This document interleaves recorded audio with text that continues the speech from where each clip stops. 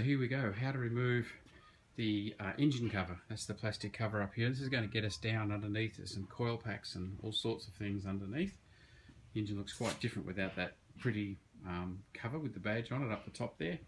This is a 2007 E60, E61 actually. It's a wagon, and we're just going to take that cover off. Now, most things BMW use these type of nuts with a little star on them, like an Allen key, but with the hex star on it.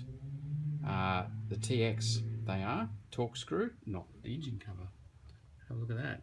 It is just a standard Allen key. Okay, so it's just a matter of undoing these. And there's two at the back. Now to get to the back, we have to get this cover here off, and that. It's a matter of undoing the rubber. Take that off, that just lifts straight off. And then this here will come out.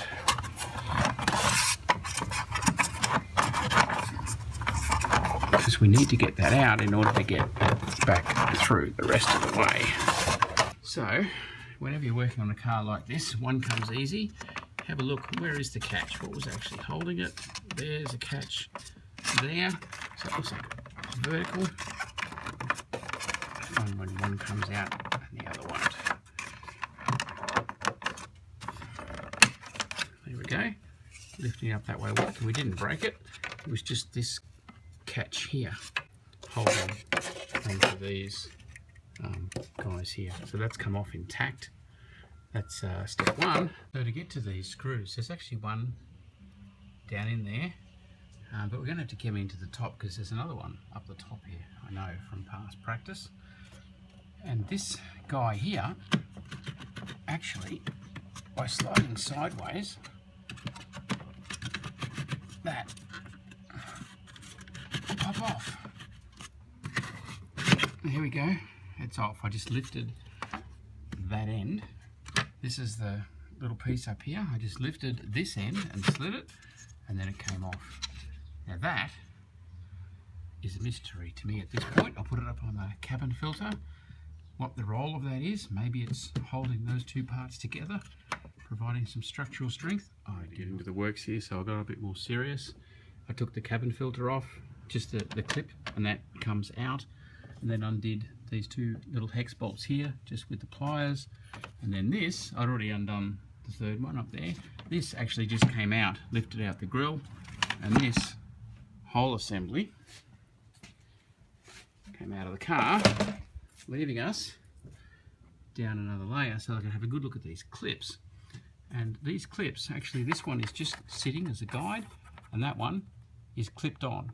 So this, without taking that large section off, I really should have just given it a good old yank like that, and like that, and then it would come off.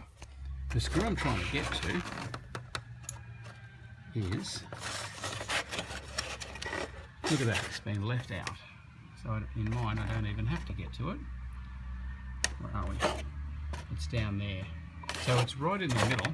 It's just a little bit out of line with your lines here.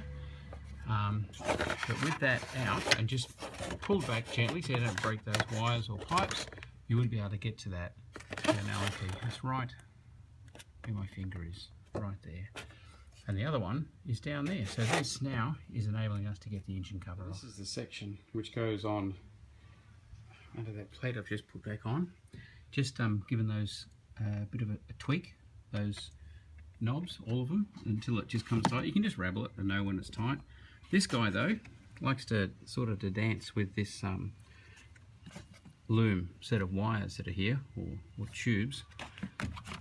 It needs to go in underneath like that, and then it sits down in place like that. And then obviously when the cabin filter goes on, that's going to hold all that in place. But you'll know when it's sitting, right? Just sitting down like that, that's exactly right. So the strut and the wire, there's a little spot for both. It holds in place. And then the cabin filter, just make sure that the filter's there in the right spot. And it just goes into those slots, up over the top, like that. That's in place. And then that sits down, clips on the front. And again, the little knob here, I'll grab the pliers and spin that, and then that's back on. And then, because this is pulled out, we would normally be getting to that bolt, but it's been removed, and that one. So now we can now get to the business, and I'm going to be humble enough to leave all that extra bit in there so you can see what's under it and what you don't need to do. So I'm learning about these clips. I did have an Allen key big enough, and if you see down there that you've got a little thing with the poles lining up to that little bit of plastic. When it lines up to that one, that's connected, and when it lines up over there, it's disconnected. See, it's no longer attached. So look for the little pins. One of them will be unlocked and one of them will be locked. They'll be the same for them all over. So I've been able to undo that back one down there. There is enough room, and as I said, this one here hadn't been put in. I've got a light. You can see the bolt hole there. So, I'm not sure if we have to do anything with the cap, but all things being equal. Oh yeah, here we go. Out comes the engine cover, revealing the engine. This is what I'm trying to get to here, is the coils.